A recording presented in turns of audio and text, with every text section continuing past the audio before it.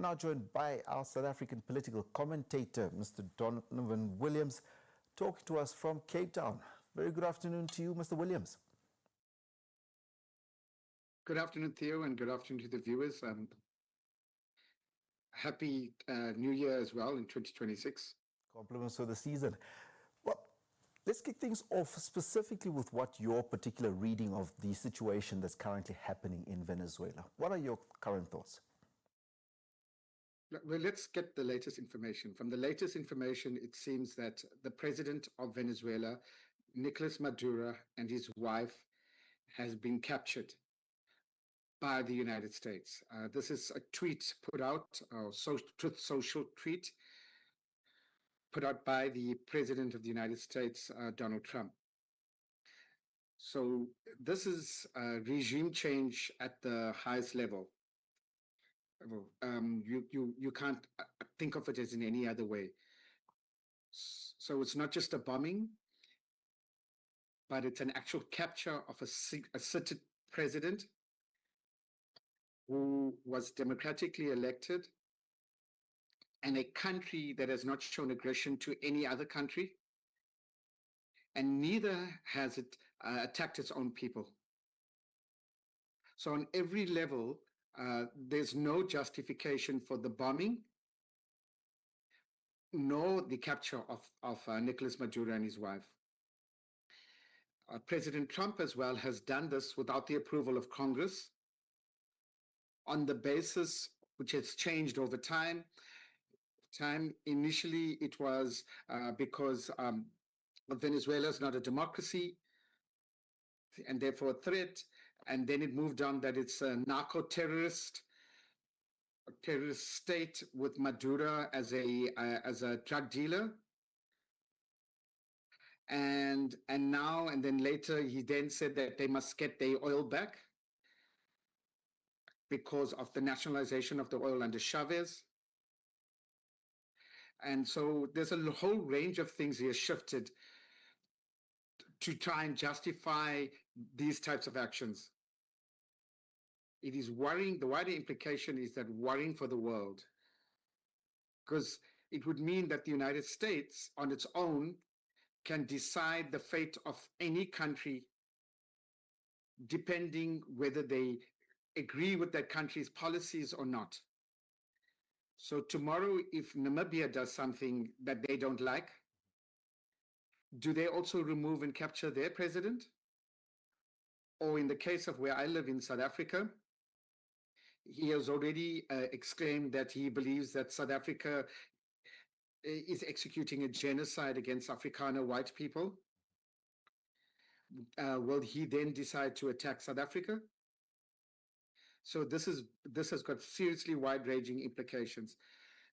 And I know, Theo, that a lot of people would say that this is similar to Iraq, with George W. Bush, the attacking of Iraq.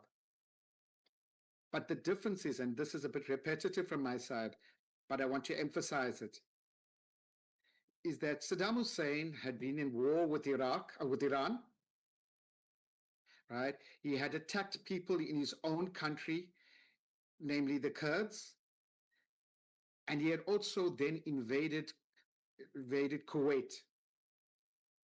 Venezuela has done no actions like that. There is nothing that justifies what has happened. And it is important that as Africans who are freedom-loving and peace-loving, we stand in solidarity with the people of Venezuela, because this is not correct. It's a gross violation, and the United Nations must figure out how it intervenes, because the American president is making the United States act as a rogue state. Now, Mr. Williams, just briefly on that particular point, should these reports that President Nicolas Maduro and his wife have been flown out of the country, in essence, captured and proven to be true, considering that should be, in essence, an international violation, the U.S. in itself with its military might, what are your thoughts on what could potentially happen as a result, and who would then step in? Well, right now, the Vice President Delcy Rodriguez who has asked for the proof of life of Nicolas Maduro, because you must make certain that him and his wife are alive. And she has been legally appointed as the acting president. Venezuela has a constitution. They are abiding by that constitution. And that's what Delcy Rodriguez has said. But the world needs to impress upon the United States and their institutions, the Supreme Court, the Congress, and the Senate, need to intervene because their president has gone rogue. He has done this without any approval except his own. And that puts the world at jeopardy. Now, we've just received those confirmed reports that Venezuela has confirmed that President Maduro and his wife have been kidnapped by the U.S. and request international support to denounce this particular aggression. Just going back to my previous question in terms of taking into consideration these particular events as they are currently unfolding. One sovereign nation, in essence, jumping into the affairs of another sovereign nation. In this particular instance, the United Nations would, in effect, be required to step in. Of course, you have the parameters around the Security Council and the setup there, but in essence, in order for this to be denounced or anything to happen as a result, where do you see the support coming in particularly, and what are the remedies that can come as a result of any intervention from the United Nations? Look, the United Nations intervention will always have to be limited. It'll have to be diplomatic because the United States has a veto power. So the Security Council immediately is hamstrung. And we have to understand those limitations of the United Nations. But the world is not the United Nations. Countries like ourselves, who are non-nuclear countries, without nuclear weapons, so that's not us, not China, not Russia, not India, not North Korea, not United States, UK, France. So the non-aligned movement of countries need to make their voices heard, because it would mean that all of us would require nuclear arms. Otherwise, we run the risk of a country like the United States invading us when they don't agree with us. And this is the types of noise we need to be making. Because we must put pressure on the United Nations, but we must be speaking up as individual countries as well. If we do, and of course the African Union, because if we don't do this, the implications are that the United States is now become a country that operates without any other country in the world.